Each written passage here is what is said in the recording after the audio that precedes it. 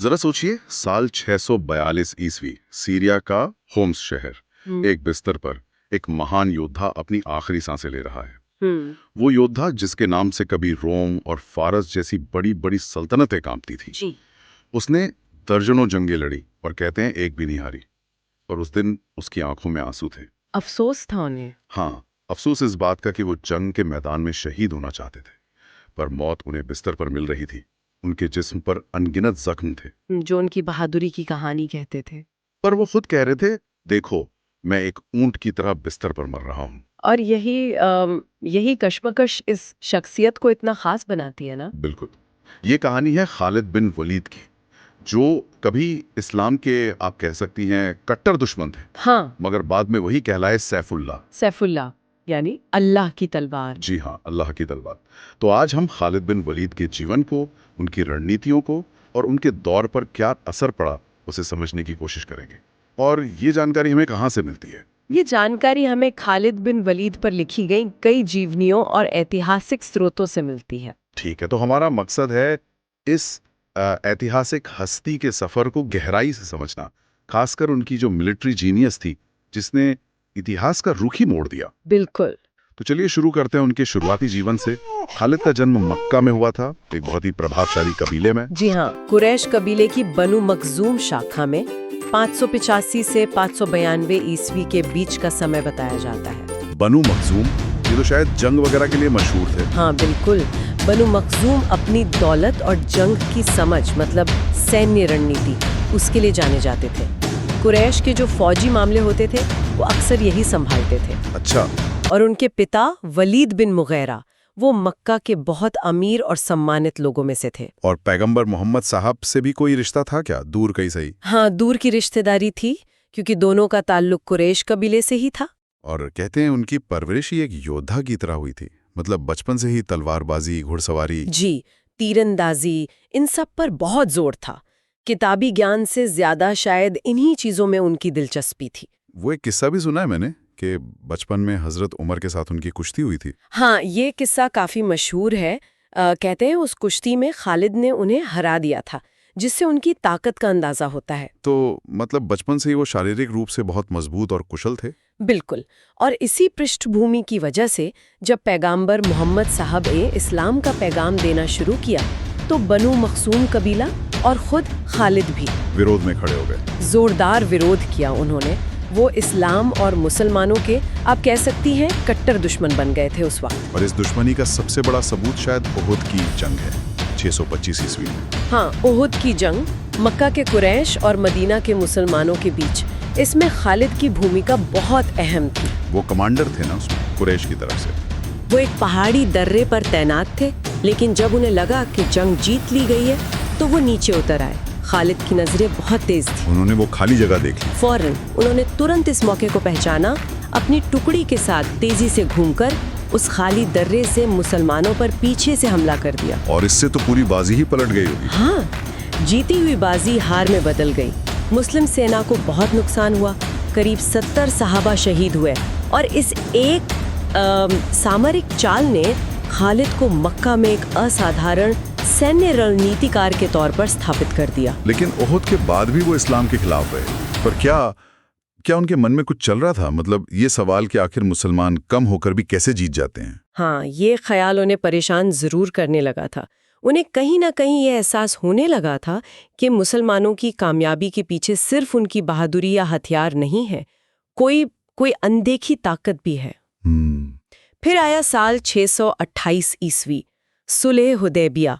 मक्का और मदीना के बीच एक शांति समझौता हुआ। अच्छा, तो माहौल थोड़ा शांत हुआ। जी, और इस शांति के माहौल ने खालिद को सोचने का, गहराई से गौर करने का मौका दिया, पैगंबर मोहम्मद साहब के किरदार पर, उनके पैगाम पर। और इसी दौरान उनके भाई का खत भी आया था शायद, वलीद बिन वलीद, जो मुसलमान हो चुके थे। हाँ बिल्कुल, उनके भाई वलीद मुसलमान बन चुके थे और उन्होंने मदीना से एक खत लिखा। उसमें उन्होंने बताया कि पैगंबर साहब ने खालिद के बारे में पूछा था। क्या पूछा था? उन्होंने कहा था कि खालिद जैसा समझदार इंसान ज्यादा दिनों तक हक से, सच्चाई से दूर नहीं रह सकता। और उम्मीद जताई थी कि वो जल्द इस्लाम कबूल कर लेंगे। इस खत का असर हुआ होगा उन पे? जरूर हुआ होगा, और शायद यही वो आखिरी कड़ी थी। 629 ईस्वी में खालिद मदीना गए और इस्लाम कबूल कर लिया। जी, पैगंबर मोहम्मद साहब के हाथ पर इस्लाम कबूल किया। कहते हैं पैगंबर साहब उनसे मिलकर बहुत खुश हुए। और तभी उन्हें अल्लाह की तलवार कहा था, अनौपचारिक तौर पर। जी हाँ, ऐसा कहा जाता है कि तभी पैगंबर साहब ने कहा, खालिद तू अल्लाह की तलवार है। ये उस वक्त औपचारिक खिताब नहीं बना था, लेकिन ये शब्द उनके भविष्य की तरफ इशारा कर रहे थे। बिल्कुल, और अपनी काबिलियत साबित करने का मौका उन्हें बहुत जल्दी मिला। इस्लाम लाने के कुछ ही महीने बाद 629 में ही मुत्ताहा की जंग। हाँ, मुत्ताहा की जंग। ये वो जंग थी जहां एक छोटी सी मुस्लिम फौज, करीब 3000 सैनिक, उनका सामना हुआ बाइजेंटनी यानी बिजेंटाइन रोमन साम्राज्य की एक विशाल सेना से। विशाल मतलब कितनी, कुछ अंदाजा है? देखिए, आंकड़ों में थोड़ा मतभेद है। कुछ स्रोत तो 1 लाख या उससे भी ज्यादा बताते हैं, पर इतना तय है कि रोमन सेना कई गुना बड़ी थी। बाप रे, 3000 के सामने 1 लाख? जी, और जंग शुरू होते ही हालात बहुत बिगड़ गए। एक के बाद एक 3 मुस्लिम कमांडर जो पैगंबर ने तय किए थे, वो शहीद हो गए। ज़ैद बिन हारिसा, जाफर बिन अबी तालिब और अब्दुल्ला बिन रवाहा। तीनों कमांडर शहीद। फौज का तो हौसला टूट गया होगा। बिल्कुल, फौज बिखरने लगी थी, हार बिल्कुल सामने नजर आ रही थी, अफरा तफरी का माहौल था। ऐसे में खालिद ने क्या किया? यहीं पर खालिद बिन वलीद का जो सैन्य जीनियस है वो सामने आता है। फौज ने खुद उन्हें अपना कमांडर चुना। उन्होंने फौरन कमान संभाली, लेकिन उन्हें पता था कि सीधी टक्कर में जीतना नामुमकिन है। तो उन्होंने क्या किया? लड़ने से बचे? लड़ने से बचे नहीं, बल्कि बड़ी समझदारी से लड़े। उन्होंने सबसे पहले फौज को संभाला, बिखरने से रोका, और फिर एक कमाल की रणनीति अपनाई। रात के अंधेरे का फायदा उठाया। रात में क्या किया? रात में उन्होंने सैनिकों की पोजीशन बदल दी। जो सैनिक आगे थे उन्हें पीछे कर दिया, जो दाईं तरफ थे उन्हें बाईं तरफ। अच्छा, ताकि सुबह जब रोमन देखें तो उन्हें लगे कि ये तो नए सैनिक हैं, शायद कोई नई मदद आ गई है। बिल्कुल सही, यही उनका मकसद था, दुश्मन को मनोवैज्ञानिक रूप से डराना। और इतना ही नहीं, और भी कुछ? हाँ, उन्होंने कुछ सैनिकों की टुकड़ी को रात में ही पीछे पहाड़ियों की तरफ भेज दिया और कहा कि सुबह होते ही शोर मचाते हुए, धूल उड़ाते हुए वापस आना, ताकि ऐसा लगे कि मदीना से और फौज आ गई। जी हाँ, बिल्कुल यही। और ये तरकीब काम कर गई। सुबह जब रोमन सेना ने नए चेहरों को आगे देखा और दूर से आते हुए सैनिकों का शोर सुना, तो उन्हें लगा कि मुसलमानों को बहुत बड़ी मदद मिल गई है। उनका हौसला कुछ पस्त हुआ। कमाल की चाल थी। फिर खालिद ने सीधी जंग से बचते हुए दुश्मन पर छोटे छोटे सधे हुए हमले किए और धीरे धीरे बड़ी कुशलता से अपनी पूरी फौज को लगभग बिना किसी बड़े नुकसान के पीछे हटा लिया। ये पीछे हटना नहीं, एक तरह से सुरक्षित वापसी थी। बिल्कुल, ये एक शानदार सामरिक वापसी थी, टैक्टिकल विड्रॉल, हार नहीं थी। और कहते हैं कि इस जंग में लड़ते लड़ते उनकी 9 तलवारें टूट गईं। 9 तलवारें, ये उनकी अपनी बहादुरी का सबूत है। यकीनन। और जब वो फौज को लेके मदीना वापस पहुंचे तो पैगंबर मोहम्मद साहब उनकी इस कामयाबी से बहुत खुश हुए। और तब उन्हें औपचारिक तौर पर सैफुल्लाह का खिताब मिला। जी, तब पैगंबर साहब ने उनकी सूझबूझ, बहादुरी और फौज को बचाने के लिए उन्हें औपचारिक रूप से सैफुल्लाह यानी अल्लाह की तलवार का खिताब दिया। और यहीं से खालिद की वो पहचान बनी जिसने उन्हें इतिहास में अमर कर दिया। जी, पैगंबर साहब के दुनिया से जाने के बाद 632 ईस्वी में अरब में एक बड़ा उथल पुथल का दौर आया था। हाँ, वो बहुत मुश्किल वक्त था। कई अरब कबीलों ने बगावत कर दी, कुछ ने इस्लाम छोड़ दिया, ज़कात देने से इनकार कर दिया, और तो और कई झूठे नबी भी खड़े हो गए। झूठे नबी जैसे? उनमें सबसे बड़ा खतरा था मुसैलमा कज़्ज़ाब। उसके पास बहुत बड़ी तादाद में लड़ाके थे, करीब 40,000। इस पूरे दौर को रिद्दा की जंगें यानी धर्म त्याग की जंगें कहा जाता है। ये तो इस्लाम के लिए बहुत बड़ा खतरा रहा होगा उस वक्त, बहुत बड़ा। एक नाजुक मोड़ था वो। ऐसे में पहले खलीफा हजरत अबू बकर ने एक बहुत बड़ा फैसला लिया। क्या फैसला? उन्होंने इन बगावतों को कुचलने के लिए इस्लामी फौज का कमांडर इन चीफ खालिद बिन वलीद को बनाया। अच्छा, तो जिम्मेदारी खालिद को मिली और उन्होंने फिर मुसल्लमा का सामना किया यमामा की जंग में। जी हाँ, यमामा की जंग, ये रिद्दा की जंगों में सबसे भयानक और निर्णायक जंग थी। एक तरफ मुसल्लिमा के करीब 40,000 लड़ाके, दूसरी तरफ खालिद के पास लगभग 13,000 सिपाही। तादाद में तो बहुत फर्क था। हाँ, और जंग बहुत खूनी साबित हुई। शुरुआत में तो मुसलमानों को काफी नुकसान उठाना पड़ा। कई बड़े सहाबा जो कुरान के हाफिज थे, जिन्हें कुरान याद था, वो शहीद हो गए। ओह, ये तो बड़ा नुकसान है। बहुत बड़ा। तब खालिद ने फिर एक अनोखी रणनीति अपनाई। उन्होंने देखा कि फौज में अलग अलग कबीलों के लोग हैं। उन्होंने फौज को कबीलों के हिसाब से बांट दिया और हर कबीले को अपना झंडा दे दिया। कबीलों में? इससे तो आपसी झगड़े का डर नहीं था। डर तो था, लेकिन खालिद ने इसे अलग तरह से इस्तेमाल किया। उन्होंने इसे हर कबीले की इज्जत का सवाल बना दिया। अब हर कबीला अपनी शान के लिए, अपनी पहचान के लिए लड़ रहा था। ये सिर्फ मिलिट्री टैक्टिक नहीं थी, ये साइकोलॉजी थी। समझ गया। मतलब जोश भरने का एक तरीका। बिल्कुल, और ये काम कर गया। फौज नए जोश से लड़ी। खालिद ने एक जोरदार जवाबी हमला किया। मुसैलमा मारा गया, उसकी फौज बिखर गई और ये सबसे बड़ी बगावत खत्म हुई। और इस जीत ने अरब प्रायद्वीप को फिर से एक कर दिया। जी, यमामा की जीत ने रिद्दा की जंगों का रुख पलट दिया और अरब प्रायद्वीप में अमन कायम हुआ। इस्लाम की हुकूमत फिर से मजबूत हो गई। अरब को एकजुट करने के बाद अब नजरें बाहर की तरफ गई। उस वक्त की जो सुपर पावर्स थी, फारस और रोम। हाँ, खलीफा अबू बकर ने अब खालिद को एक नई और शायद ज्यादा बड़ी चुनौती दी। उन्हें 18,000 फौजियों के साथ फारसी साम्राज्य के खिलाफ इराक भेजा। फारसी सल्तनत, वो तो बहुत पुरानी और मजबूत सल्तनत थी। रेगिस्तान के अरब योद्धाओं के लिए ये कितना मुश्किल रहा होगा। मुश्किल तो था। एक तरफ सदियों पुरानी संगठित फारसी सेना, दूसरी तरफ अरब के लड़ाके। लेकिन खालिद ने यहाँ भी सबको हैरान कर दिया। उन्होंने इराक में फारसी सेनाओं को एक के बाद एक कई जंगों में हराया। उनकी कोई खास रणनीति यहाँ भी थी? हाँ, वलाजा की जंग का जिक्र आता है, जहाँ उन्होंने अपनी मशहूर डबल एनवेलपमेंट या दोहरी घेराबंदी की रणनीति का इस्तेमाल किया। डबल एनवेलपमेंट वो क्या होता है? मतलब दुश्मन को सिर्फ सामने से नहीं उलझाना, बल्कि अपनी फौज के हिस्सों को तेजी से दुश्मन के किनारों फ्लैंक्स से घुमाकर पीछे तक ले जाना और उसे दोनों तरफ से घेर लेना, पंखों की तरह। इससे दुश्मन फंस जाता है, उसके भागने के रास्ते बंद हो जाते हैं। अच्छा, मतलब पूरी तरह से घेर लेना। जी, और इस तरह की जीतों से उन्होंने इराक के एक बड़े हिस्से पर कब्जा कर लिया। वो इराक में थे जब उन्हें अचानक सीरिया जाने का हुक्म मिला? हाँ बिल्कुल। उस वक्त सीरिया में मुस्लिम फौजें पूर्वी रोमन यानी बाज़ंतीनी साम्राज्य से लड़ रही थीं और हालात कुछ मुश्किल थे। मदद की जरूरत थी। तो खलीफा अबू बकर ने खालिद को बुलाया। जी, खलीफा का हुक्म मिलते ही खालिद ने अपनी फौज का एक हिस्सा लिया और सीरिया की तरफ निकल पड़े। लेकिन उन्होंने सीधा रास्ता नहीं लिया। सीधा रास्ता क्यों नहीं? शायद दुश्मन को चौंकाने के लिए उन्होंने एक ऐसा रास्ता चुना जो लगभग नामुमकिन समझा जाता था। सीरियाई रेगिस्तान को पार करने का रास्ता। रेगिस्तान? सीरियाई रेगिस्तान तो बहुत खतरनाक माना जाता है। हाँ, पानी के बिना उसे पार करना जानलेवा था। लेकिन खालिद ने ये चुनौती स्वीकार की। कहते हैं 5 दिन का सफर था।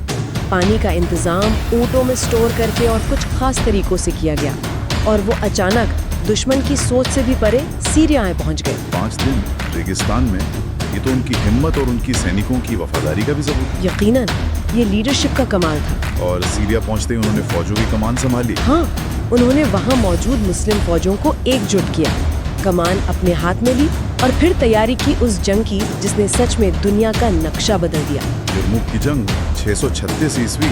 जी, यरमुक नदी के किनारे लड़ी गई ये जंग इतिहास की सबसे निर्णायक लड़ाइयों में गिनी जाती है। इसमें किसके खिलाफ लड़ाई थी? रोमन सम्राट हरक्यूलिस ने इस्लाम के बढ़ते असर को रोकने के लिए एक बहुत बड़ी विशाल सेना जमा की थी। कितनी बड़ी?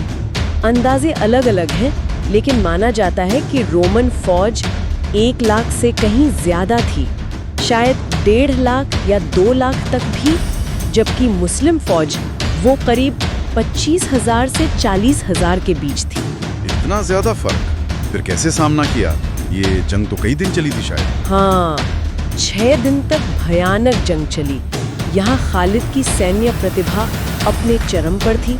उन्होंने रोमन सेना की विशाल संख्या को ही उनकी कमजोरी में बदल दिया। वो कैसे?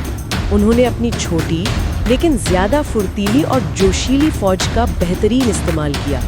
उन्होंने रोमन सेना के अलग अलग हिस्सों को एक दूसरे से कट जाने पर मजबूर किया।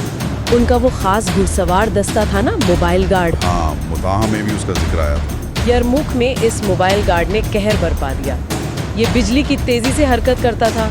जहां भी रोमन दबाव बनाते, ये दस्ता वहां पहुंचकर उनके हमले को नाकाम कर देता या पलटवार करता। खालिद ने रोमन सेना को फैलने पर मजबूर किया और फिर उनके बीच के तालमेल को तोड़ दिया। मतलब बड़ी सेना को संभालना मुश्किल बना दिया। बिल्कुल। और जंग के छठे दिन मौसम भी खराब था, धूल भरी आंधी चल रही थी, जिसका फायदा उठाकर खालिद ने एक जबरदस्त निर्णायक हमला किया। रोमन सेना के पैर उखड़ गए, उन्हें भयानक हार का सामना करना पड़ा। यरमुक की जीत का असर क्या हुआ? ये सिर्फ एक जंग की जीत तो नहीं थी। नहीं, बिल्कुल नहीं, ये सिर्फ एक जंग नहीं थी। इस जीत ने सीरिया, फिलिस्तीन और आगे चलकर मिस्र के दरवाजे मुसलमानों के लिए पूरी तरह खोल दिए। पूर्वी रोमन साम्राज्य की ताकत इस इलाके में लगभग खत्म हो गई। दुनिया का शक्ति संतुलन बदल गया। ये खालिद बिन वलीद के मिलिट्री करियर का सबसे ऊंचा मुकाम था। लेकिन कहते हैं कि इतनी बड़ी ऐतिहासिक जीत के फौरन बाद ही कुछ ऐसा हुआ जिसने सबको चौंका दिया। यरमुक की जीत के तुरंत बाद मदीना से खलीफा का पैगाम आया। नए खलीफा बन चुके थे हजरत उमर। हजरत अबू बकर का इंतकाल हो गया। जी, हजरत उमर अब खलीफा थे और उन्होंने खालिद बिन वलीद को फौज की कमान से हटाने का हुक्म दिया। हटाने का? यरमुक के हीरो को सब हैरान रह गए होंगे। बिल्कुल, फौज में और शायद पूरी मुस्लिम दुनिया में सब हैरान थे कि आखिर ऐसा क्यों हुआ। क्या खालिद ने कोई गलती की थी या खलीफा उनसे नाराज थे? तो वजह क्या थी? हजरत उमर ने कुछ बताया? हाँ, हजरत उमर ने बाद में इसकी वजह बताई थी।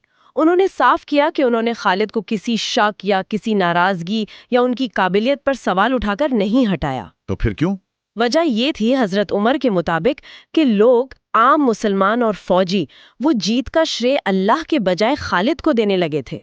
खालिद की शोहरत इतनी बढ़ गई थी कि लोगों में ये सोच आने लगी थी कि जहां खालिद होंगे वहां जीत पक्की है। अच्छा, मतलब लोगों का भरोसा अल्लाह से हटकर इंसान पर जा रहा था। जी, हजरत उमर को ये डर था कि लोग अल्लाह पर तवक्कुल, भरोसा करने के बजाय खालिद पर भरोसा करने लगेंगे। वो ये उसूल पक्का करना चाहते थे कि हर जीत और हर कामयाबी सिर्फ अल्लाह की मर्जी से मिलती है। कोई इंसान कितना भी काबिल क्यों न हो, वो सिर्फ एक जरिया है। ये एक अलग नजरिया है। हालांकि कुछ इतिहासकार शायद इसमें दूसरे पहलू भी देखते हैं, कोई राजनीतिक या प्रशासनिक कारण। हाँ, कुछ इतिहासकारों ने ऐसी संभावनाओं का भी जिक्र किया है, जैसे कि खालिद का रवैया कभी कभी ज्यादा आक्रामक हो जाता था या सरकारी खजाने के इस्तेमाल को लेकर कुछ मतभेद। लेकिन हजरत उमर का दिया स्पष्टीकरण यही था। खैर, वजह जो भी रही हो, खालिद की प्रतिक्रिया क्या थी? इतनी बड़ी जीत के बाद कमान से हटाया जाना। यही खालिद की महानता फिर दिखती है। उन्होंने कोई सवाल नहीं किया, कोई नाराजगी नहीं जताई, चुपचाप खलीफा का हुक्म माना और फौज छोड़ दी। नहीं, फौज नहीं छोड़ी। उन्होंने कमान नए कमांडर अबू उबैदा इब्न अल जर्राह को सौंप दी और खुद एक आम सिपाही की हैसियत से उसी फौज में शामिल होकर लड़ते रहे। एक आम सिपाही की तरह, कमांडर इन चीफ से सीधा सिपाही। जी, ये उनकी अनुशासन, उनकी वफादारी और इस्लाम के लिए उनके समर्पण का सबसे बड़ा सबूत है। वाकई ये तो कमाल की बात है। कमान छोड़ने के बाद वो सीरिया में ही रहे, होम्स शहर में बस गए थे। लेकिन कहते हैं उनके आखिरी साल कुछ मुश्किल में गुजरे। हाँ, कुछ तकलीफें आईं। एक महामारी फैली थी जिसमें उनके कई बेटों का इंतकाल हो गया था। ये उनके लिए बहुत सदमे वाला वक्त था। और फिर आया वो दिन 642 ईस्वी का, जिसका जिक्र हमने शुरू में किया था। जी, उनकी मृत्यु का दिन। अपनी मृत्यु शैया पर वो महान योद्धा लेटा था और आंखों में आंसू थे। वो कह रहे थे, मैंने इतनी जंगें लड़ी जिस्म का शायद ही कोई हिस्सा हो जहां तलवार या नेज़े का जख्म ना हो। मेरी ख्वाहिश थी कि मैं मैदान जंग में शहीद हूं, पर देखो आज मैं बिस्तर पर एक बूढ़े ऊंट की तरह मर रहा हूं। और उन्होंने ये भी कहा, बुज़दिलों की आंखें कभी सुकून न पाए। मतलब शायद वो उन लोगों को कह रहे थे जो जंग से डरते हैं। ये शब्द सुनकर तो किसी का भी दिल पिघल जाए। हाँ, ये बहुत ही मार्मिक और दिल को छू लेने वाला क्षण था। तब कहते हैं कि पास बैठे कुछ लोगों ने उन्हें दिलासा दिया। क्या कहकर दिलासा दिया? उन्होंने याद दिलाया कि आपको खुद पैगंबर मोहम्मद साहब ने सैफुल्लाह यानी अल्लाह की तलवार का खिताब दिया था। हाँ, और भला अल्लाह की तलवार मैदान जंग में कैसे टूट सकती थी, वो कैसे शहीद हो सकती थी? शायद इसीलिए अल्लाह ने आपकी किस्मत में बिस्तर पर सुकून की मौत लिखी थी। अच्छा, ये बात सुनकर उन्हें कुछ तसल्ली हुई होगी। जी, कहते हैं ये सुनकर खालिद बिन वलीद को कुछ सुकून मिला, कुछ शांति मिली और फिर उनकी रूह परवास कर गई। खालिद बिन वलीद, उनका नाम आज भी दुनिया के सबसे महान सैनिक कमांडरों में लिया जाता है। शायद वो दुनिया के उन गिने चुने या अकेले ऐसे कमांडर हैं जिन्होंने अपनी जिंदगी में कोई जंग नहीं हारी। हाँ, उनका रिकॉर्ड अविश्वसनीय है। उनकी जीतों ने न सिर्फ शुरुआती इस्लामी सल्तनत की बुनियाद रखी और उसे मजबूत किया, बल्कि उनकी जो रणनीतियां थीं वो सदियों तक दुनिया भर की सेनाओं के लिए अध्ययन का विषय बनी रही। उनकी विरासत सिर्फ जंग के मैदान तक ही सीमित नहीं है ना? बिल्कुल नहीं, उनका जीवन हमें बहुत कुछ सिखाता है। इस्लाम के शुरुआती दौर के संघर्षों के बारे में, नेतृत्व के सामने आने वाली मुश्किल चुनौतियों और फैसलों के बारे में, और एक इंसान के विश्वास और परिवर्तन की ताकत के बारे में भी। जी हाँ, कैसे एक व्यक्ति जो किसी विचारधारा का इतना कट्टर विरोधी था, बाद में उसी का सबसे बड़ा चैंपियन, सबसे बड़ा रक्षक बन गया। ये आस्था की ताकत को दिखाता है। उनकी वफादारी, उनका अनुशासन, ये सब भी उनकी विरासत का हिस्सा है। यकीनन। तो ये कहानी हमें सोचने पर भी मजबूर करती है। जैसे एक सवाल मन में आता है कि अगर खालिद को यरमूक के बाद कमान से ना हटाया गया होता तो क्या इतिहास का नक्शा कुछ और होता? क्या इस्लामी सल्तनत का विस्तार और तेजी से होता? ये एक दिलचस्प क्या होता अगर वाला सवाल है, जिसका कोई निश्चित जवाब तो नहीं है, पर सोचने के लिए अच्छा है। या फिर ये सोचना कि किसी चीज का पहले इतना विरोध करना और फिर उसी के लिए अपना सब कुछ दांव पर लगा देना, ये इंसान के अंदर बदलाव की क्षमता, उसकी आस्था और प्रतिबद्धता के बारे में हमें क्या बताता है? ये भी एक गहरा सवाल है। खालिद बिन वलीद की कहानी सिर्फ इतिहास का एक अध्याय नहीं है, ये इंसानी जज्बों, विश्वास और असाधारण नेतृत्व की एक मिसाल है, जिस पर वाकई सोचा जा सकता है।